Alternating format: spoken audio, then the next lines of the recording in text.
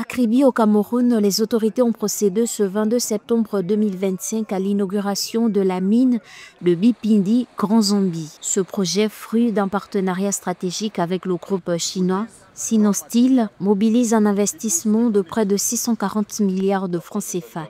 Il s'agit de l'un des plus grands projets miniers du pays, avec une capacité annuelle de production estimée à 4 millions de tonnes de concentré de fer, souligne le Premier ministre Joseph Dion Ngouté. La société Keystone a finalisé la construction d'une unité de transformation du minerai de fer en concentré de fer afin de disposer annuellement d'1 million de tonnes de concentré de fer à 65%.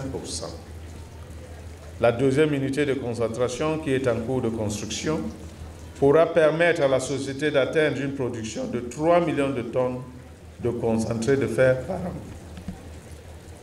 Bien plus, la société est également engagée dans la mise en place d'un complexe sidérurgique installé dans la localité de Fifinda qui permettra à partir du concentré de fer d'obtenir des billettes à 100% de fer avec une capacité de production de 500 000 tonnes par an, directement utilisable par les aciéries du Cameroun et de l'Afrique centrale.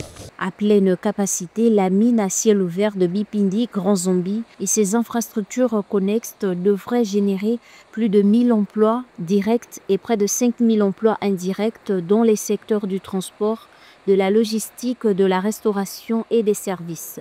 Un dispositif de formation locale est également prévu pour permettre aux jeunes Camerounais d'acquérir des compétences techniques adaptées au secteur minier.